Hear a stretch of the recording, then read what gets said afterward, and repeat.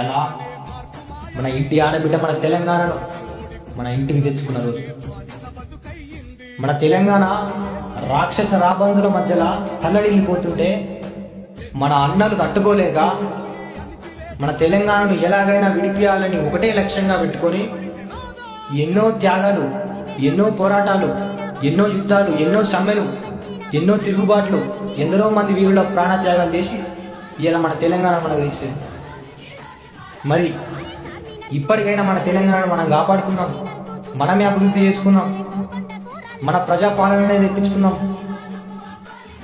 అభివృద్ధి కోరే నాయకుడిని ఎంచుకుందాం.